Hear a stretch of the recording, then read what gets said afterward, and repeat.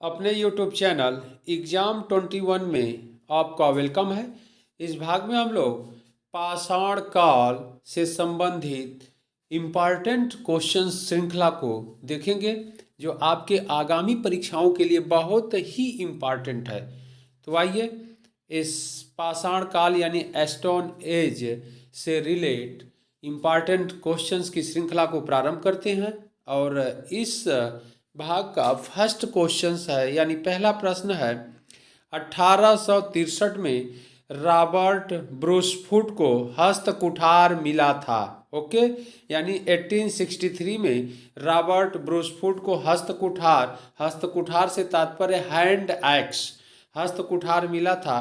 कहाँ से मिला था? वह भी जो हैंड एक्स मिला था, हस्तकुठार मिला था, वह स्टोन टूल्स था, यानी ध्यान रखिएगा पाषाण उपकरण था।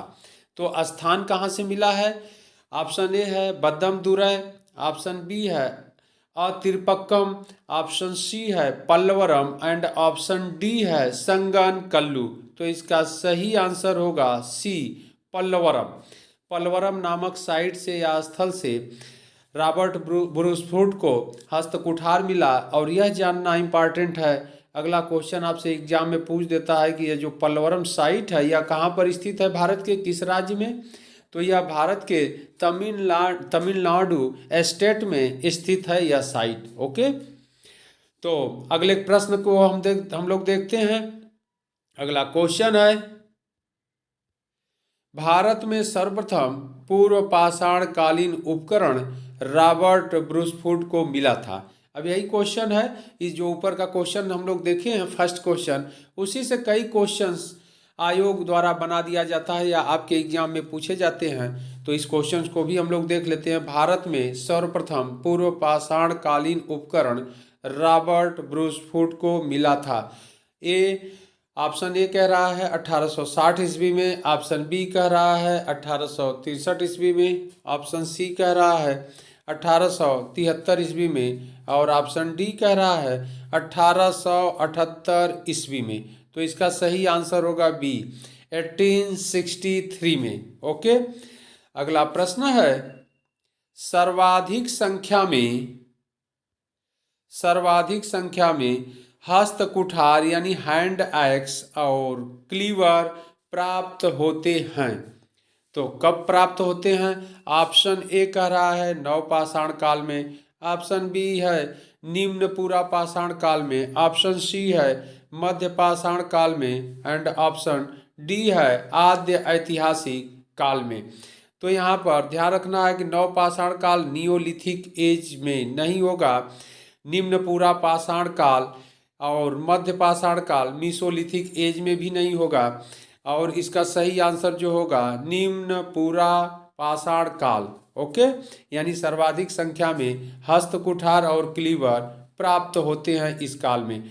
और जबकि जो आद्य ऐतिहासिक काल है यानी प्रोटो हिस्टोरिक एज इसको कहते हैं, प्रोटो हिस्टोरिक एज है, काल है, इस काल में संध्या सभ्यता को रखा गया है या इंडस वैली सिविलाइजेशन आता है।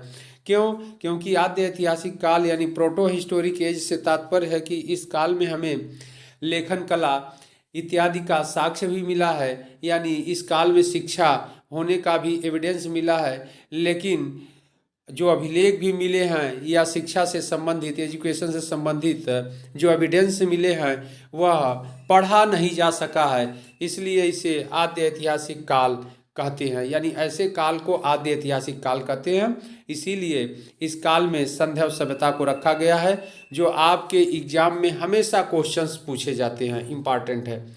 अगला क्वेश्चन है मानव प्रजाति है। ओके, तो मानव प्रजाति है, ऑप्शन ए है ऑस्ट्रेलोपिथिकस, ऑप्शन बी है जावा मानव, ऑप्शन सी है होमो इरेक्टस एंड ऑप्शन डी है निएंडरथल। तो इसका सही आंसर होगा ए ऑस्ट्रेलोपिथिकस। ओके, अगला क्वेश्चन है पाषाण युगीन मानव को आग की जानकारी हुई थी। इंपॉर्टेंट क्वेश्चन है। ऑप्शन ए है निम्न पूरा पाषाण काल, ऑप्शन बी है उच्च पूरा पाषाण काल, एंड ऑप्शन सी है मध्य पाषाण काल, एंड ऑप्शन डी है नव पाषाण काल। तो यहाँ पर आग की जानकारी होने की बात कर रहा है, इसलिए इसमें ऑप्शन सही होगा ए। जबकि हमारे आदि मानव द्वारा यानी अर्लीस्ट ह्यूमन द्वारा नवपाषाण काल यानी नियोलिथिक एज में आग का समुचित प्रयोग करने लगे, यानी भोजन को अच्छी तरह से पकाकर खाने की विधि उनको ज्ञात हो गई या इसके बारे में जानकारी उनको हो गई। ओके, अगला क्वेश्चन है, क्या मिट्टी के बर्तन बनाना नवपाषाण काल से संबंधित है? क्या मिट्टी के बर्तन बनाना नवपाषाण काल से संबंधित है? ऑप्शन ए है सत्य, ऑप्शन बी है असत्य, ऑप्शन सी है सत्य हो सकता है, एंड ऑप्शन डी असत्य हो सकता है। ओके, तो यहाँ पर आंसर जो होगा ए होगा, सत्य है। क्यों? क्योंकि जो नियोलिथिक एज है यानी नवपाषाण काल है, इस काल में मिट्टी के बर्तन बनाना आ गया था उनको, या मिट्टी के बर्तन बनाने की जो विधि थी, कला थी, वह जान गए थे। ओके, यानी नियोलिथिक एज में। अगला क्वेश्चन है, मध्य पाषाण काल के लोगों की मुख्य विशेषता क्या थी? मध्य पाषाण काल के लोगों की मुख्य विशेषता क्या थी? ऑप्शन ए है लघु पाषाण उपकरणों का प्रयोग, ऑप्शन बी है घरों का प्रयोग, ऑप्शन सी है कपड़ों का प्रयोग, एंड ऑप्शन डी है उपरोक्त में से कोई नहीं। ओके, तो यहाँ पर ध्यान रखना है, इसका सही आंसर होगा ए, लघु पाषाण उपकरणों का प्रयोग, यानी मीसोलिथिक एज में यानी मध्य पाषाण काल के लोगों की मुख्य विशेषता यही था, यानी छोटे पाषाण उपकरणों का वह प्रयोग करने लगे, जबकि घरों का प्रयोग अभी नहीं जानकारी थी उनको, घरों का प्रयोग नहीं करते थे, कपड़ों का प्रयोग नहीं करते थे, और उपरोक्त में से कोई नहीं। ठीक है ना, तो इसका सही आंसर ए होगा। अगला क्वेश्चन है, पूर्व पाषाण युग के लोगों का प्रमुख उद्यम क्या था? ओके, ऑप्शन पूर्व पाषाण काल से तात्पर्य है प्री स्टोन एज यानी पैलियोलिथिक एज। पूर्व पाषाण युग के लोगों का प्रमुख उद्यम क्या था? ऑप्शन वन है ए है शिकार, ऑप्शन बी है कृषि, ऑप्शन सी है पशुपालन, एंड ऑप्शन डी है उपरोक्त में से कोई नहीं। तो यहाँ पर ध्यान रखना है कि पूर्व पाषाण काल में एग्रीकल्चर के बारे में जानकारी नहीं थी उनको, और फिर सी एनिमल हस्बेंड्री भी नहीं करते थे, यानी पशुपालन भी नहीं करते थे। तो इसका सही आंसर होगा ए, ओनली वह शिकार करते थे यानी हंटिंग करते थे। तो इसका सही आंसर ए हो जाएगा, यानी शिकार हो जाएगा। यही इस काल का प्रमुख उद्यम था। ओके, अगला क्वेश्चन है, प्राचीन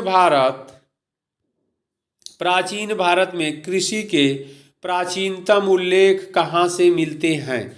ऑप्शन ए है बोरी, ऑप्शन बी है मेहरगढ़, ऑप्शन सी है इनाम गांव, ऑप्शन डी है गिलुंद।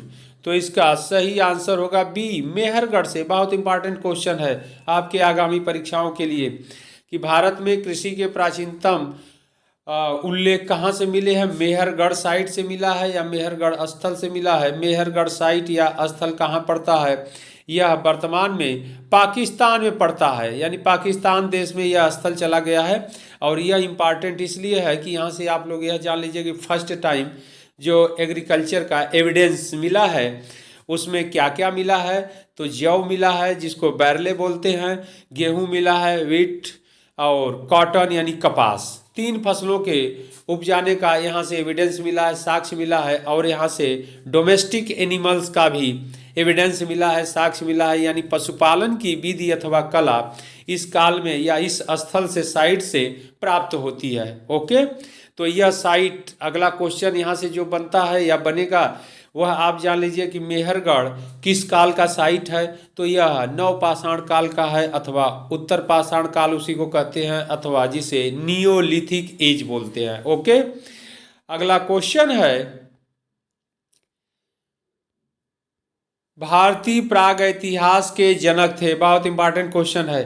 भारतीय प्रागैतिहास के जनक थे। ऑप्शन ए है रॉबर्ट ब्रूसफोर्ड, बी है मॉर्टिमर व्हीलर, सी है जॉन मार्शल और डी है ए कनिंघम। ओके, तो इसका सही आंसर हो जाएगा ए रॉबर्ट ब्रूसफोर्ड, क्योंकि रॉबर्ट ब्रूसफोर्ड ने ही 18 ऊपर के क्वेश्चंस में हम लोग देख चुके हैं 1863 में यानी 1863 में फर्स्ट टाइम इन्होंने पाषाण उपकरण की खोज की। और वह अभी कहाँ से, दक्षिण भारत से, और वह तमिलनाडु राज्य में जो एक साइट पड़ता है पलवरम, हम लोगों ने देखा पलवरम स्थल से इन्होंने सर्वप्रथम स्टोन टूल्स की खोज की थी और इसीलिए इनको प्रागैतिहास काल का जनक अथवा फादर कहते हैं। बहुत इंपॉर्टेंट क्वेश्चन है, ध्यान रखिएगा आप लोग। अगला क्वेश्चन है, चावल का प्राचीनतम उल्लेख किस स्थान से मिला है? चावल का प्राचीनतम उल्लेख किस स्थान से संबंधित है? ऑप्शन ए है महदहा, ऑप्शन बी है सरायनाहर, ऑप्शन सी है कोल्डियमा और ऑप्शन डी है भीमबेटका। तो यहाँ पर ध्यान रखिएगा, इसका सही आंसर होगा सी होगा। और महदहा, यस आप लोग जान लीजिए, यह भी उत्तर प्रदेश में स्थित साइट है। कभी कभी एग्जाम में पूछ देता है उत्तर प्रदेश में स्थित साइट है या स्थल है महदहा। वह भी उत्तर प्रदेश के प्रतापगढ़ डिस्ट्रिक्ट में पड़ता है और प्रतापगढ़ डिस्ट्रिक्ट के पट्टी तहसील में यह साइट स्थित है। महदहा और सराय नाहर राय, यह दोनों साइट कहाँ पड़ता है? उत्तर प्रदेश के प्रतापगढ़ डिस्ट्रिक्ट के पट्टी तहसील में पड़ता है। और यह मध्य पाषाण काल का दोनों स्थल है। इस बात को ध्यान रखिएगा कि ऑप्शन ए और ऑप्शन बी यानी महदहा और सराय नाहर, यह मध्य पाषाण काल का दोनों साइट है, स्थल है, आपसे एग्जाम में पूछ देता है। कोल्डियमा भी उत्तर प्रदेश में स्थित है। उत्तर प्रदेश के जो वर्तमान डिस्ट्रिक्ट हो गया है नाम इसका जो प्रयागराज, तो प्रयागराज में स्थित है, यानी पहले इलाहाबाद था तो प्रयागराज में यह कोल्डियमा स्थित है। और वह भी बेलन नदी घाटी के क्षेत्रों में यह स्थल साइट स्थित है। बेलन नदी घाटी वर्तमान में जो गंगा यमुना संगम से आगे बढ़ती है तो यह आकर के यह नदी मिल जाती थी। तो इसी नदी घाटी में बेलन वैली में यानी बेलन घाटी में स्थित यह कोल्डियमा साइट है। यहाँ से फर्स्ट टाइम हमें चावल का उल्लेख मिला है, यानी पेडी धान अथवा राइस चावल का उल्लेख कोल्डियमा स्थल से मिला है। बहुत इंपॉर्टेंट क्वेश्चन है, आपके सभी परीक्षाओं में पूछा जाता है। यहाँ तक आईएएस के एग्जाम हो, पीसीएस के एग्जाम हो या उत्तर प्रदेश आरओ एआरओ या अन्य एग्जाम में, सभी के लिए इम्पॉर्टेंट है। अगला जो साइट है भीमबेटका को आप लोग जान लीजिए। भीमबेटका प्रेजेंट में मध्य प्रदेश में स्थित यह स्थल है। तो इस प्रकार आप लोग अच्छे से इसको देखिए, कोई क्वेश्चन मिस नहीं होना चाहिए एग्जाम में। हम बहुत अच्छे से व्याख्या कर दे रहे हैं। अगला क्वेश्चन है, गंगा घाटी में धान उत्पादन के प्राचीनतम प्रमाण किस स्थल से प्राप्त हुए हैं? ओके, बहुत इंपॉर्टेंट है। गंगा घाटी यानी गंगा वैली में धान यानी पेडी का धान के प्राचीनतम प्रमाण किस स्थल से प्राप्त हुए हैं? ऑप्शन ए है सोहगौरा, ऑप्शन बी है इमली डी, ऑप्शन सी है लहुरा देव और ऑप्शन डी है झूसी।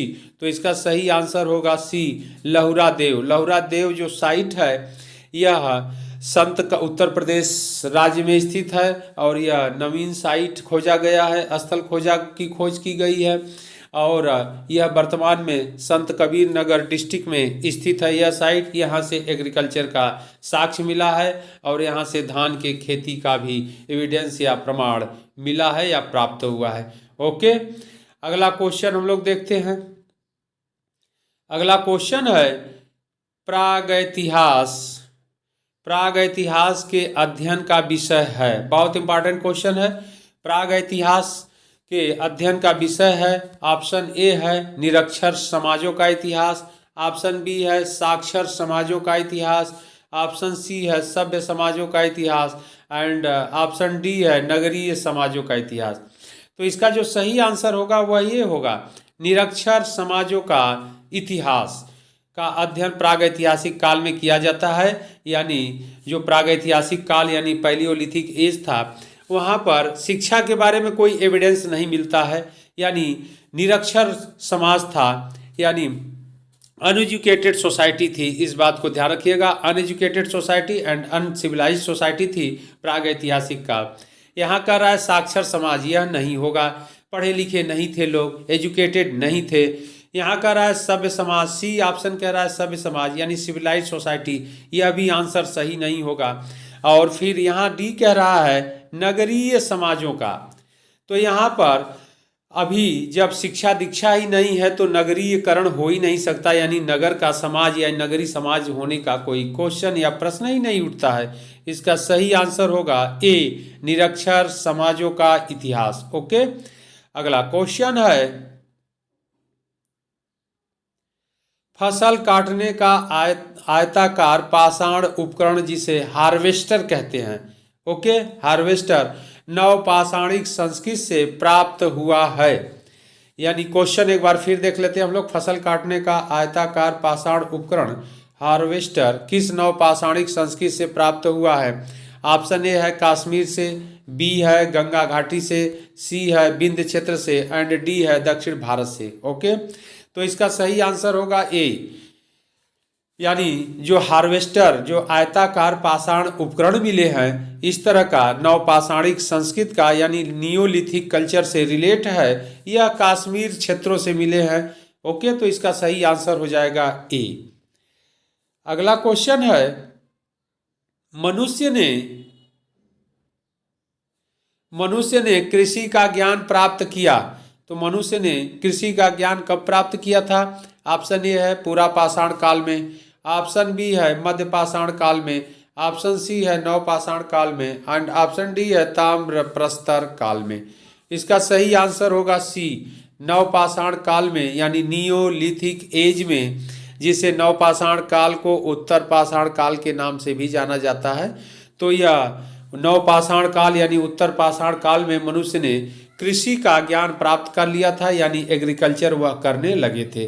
जो ऊपर के क्वेश्चंस में हम लोगों ने देखा कि मेहरगढ़, कोल्डीहवा, लहुरा देवा, यह सब जो साइट है यह नवपाषाण काल के हैं जहां से एग्रीकल्चर का एविडेंस मिला है या साक्ष्य मिला है। ओके, अगला क्वेश्चन हम लोग देख लेते हैं।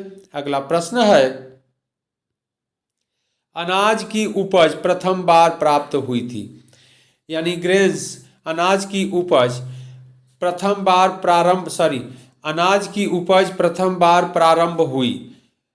तो कब प्रारंभ हुई? ऑप्शन ए है नवपाषाण युग में, ऑप्शन बी है मध्य पाषाण युग में, ऑप्शन सी है पूरा पाषाण युग में और ऑप्शन डी है उपर्युक्त में से कोई नहीं। तो इसका सही आंसर होगा ए, नियोलिथिक एज यानी नवपाषाण युग में या नवपाषाण काल में अनाज की उपज प्रथम बार प्रारंभ हुई। ओके, अगला क्वेश्चन है भीमबेटका प्रसिद्ध है। तो बहुत इंपॉर्टेंट साइट है भीमबेटका और यह वर्तमान में मध्य प्रदेश राज्य में स्थित है, यानी एमपी में है। किस लिए प्रसिद्ध था, फेमस था पाषाण काल में? या फिर यहाँ पर कोई एज नहीं दिया है, काल का नहीं दिया है, लेकिन फिर भी हम लोग देख लेते हैं कि यह स्थल जो प्रसिद्ध था, फेमस था, वह स्टोन एज का है। इसलिए ऑप्शन ए है मंदिरों के लिए, बी है मूर्तियों के लिए, सी है बौद्ध एवं जैन गुफाओं के लिए और डी है शैल चित्रों के लिए। तो इसका सही आंसर होगा डी, शैल चित्रों के लिए यह फेमस था या प्रसिद्ध था। ओके, यानी जिसे रॉक शेल्टर कहते हैं, रॉक शेल्टर यहां से मिला है यानी भीमबेटका से। अगला क्वेश्चन है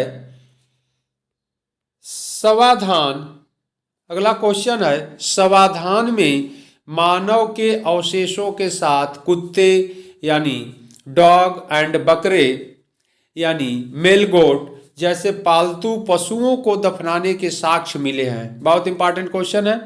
समाधान में मानव के अवशेष के साथ कुत्ते बकरे जैसे पालतू पशुओं को दफनाने के साक्ष्य मिले हैं। कहाँ से मिला है? ऑप्शन ए है बुर्ज होम में, ऑप्शन बी है गुफ कराल में, ऑप्शन सी है मेहरगढ़ में और ऑप्शन डी है चिरांद में। तो इसका सही आंसर हो जाएगा ए, बुर्ज होम में। अब यहाँ पर आप लोग यह समझिएगा कि यहाँ से तीन तरह के क्वेश्चंस बन जाते हैं कि बुर्ज होम साइट कहाँ पर पाया जाता है या भारत के किस क्षेत्र में स्थित है। तो बुर्ज होम साइट भारत के जम्मू एंड कश्मीर में स्थित है। ओके, जम्मू कश्मीर क्षेत्र में यह पाया जाता है या स्थित है बुर्ज होम साइट या स्थल। और दूसरा क्वेश्चन यह है कि यह किस काल का है, तो यह नियोलिथिक एज का है, यानी नवपाषाण काल का यह साइट है, स्थल है बुर्ज होम। बहुत इंपॉर्टेंट है। यहाँ पर एक ब्यूरियल मिला है, यानी कब्र मिला है, जिसमें मानव के अवशेष के साथ कुत्ते का भी अवशेष मिला है, तो बहुत इंपॉर्टेंट है, यह आप लोग जानते रहिएगा। इसके अलावा हम लोग देख लेते हैं कि गुफकराल साइट भी आप लोग जानते होंगे, तो यह भी जम्मू कश्मीर में ही स्थित है और यह साइट भी नियोलिथिक एज का है, यानी नवपाषाण काल का है। लेकिन अंतर क्या है बुर्ज होम और गुफकराल में, कि गुफकराल से किसी प्रकार का कब्र नहीं मिला है, यानी ब्यूरियल का एविडेंस यहाँ से नहीं प्राप्त होता है, इसलिए इसका सही आंसर क्या होगा, बुर्ज होम। मेहरगढ़ भी नवपाषाण काल का स्थल है, यह पाकिस्तान में है, ध्यान रखना है। लेकिन यहाँ से कब्र का साक्ष्य मिला है, ब्यूरियल का एविडेंस मिला है, लेकिन यहाँ से कुत्ते को दफनाने का एविडेंस या साक्ष्य नहीं मिला है। और चिराद से भी कुत्ते को दफनाने का साक्ष्य या अवशेष या एविडेंस नहीं मिला, इसलिए इसका सही आंसर होगा बुर्ज होम। अगला क्वेश्चन हम लोग देख लेते हैं। अगला क्वेश्चन है, पूरा पाषाण कालीन मानव का मुख्य व्यवसाय था। बहुत इंपॉर्टेंट क्वेश्चन है। पूरा पाषाण कालीन यानी पैलियोलिथिक एज में मानव का मुख्य व्यवसाय क्या था? ऑप्शन ए है कृषि, एग्रीकल्चर। ऑप्शन बी है पशुपालन यानी एनिमल हस्बेंड्री, एंड आखेट कह रहा है हंटिंग, और डी कह रहा है ट्रेड। तो यहाँ पर ध्यान रखना है, जो सही आंसर होगा आखेट होगा, यानी पूरा पाषाण कालीन मानव का मुख्य व्यवसाय आखेट था, हंटिंग था। ओके, तो यह बहुत इंपॉर्टेंट क्वेश्चन थे। इसी तरह हम लोग इंपॉर्टेंट क्वेश्चंस के साथ अगले भाग में भी फिर मिलते हैं। और आप लोग हमारा जो यह चैनल है उसको आप लोग सब्सक्राइब अवश्य कर दीजिएगा, जिससे आने वाले वीडियो का नोटिफिकेशन आप लोगों को तत्काल मिल जाया करे। फिर इसी तरह से हम जल्द ही ऑनलाइन क्लास भी प्रारंभ कर देंगे, उसका भी लाभ आप लोगों को मिलेगा। तो फिर हम लोग मिलते हैं अगले भाग में। Thanks you.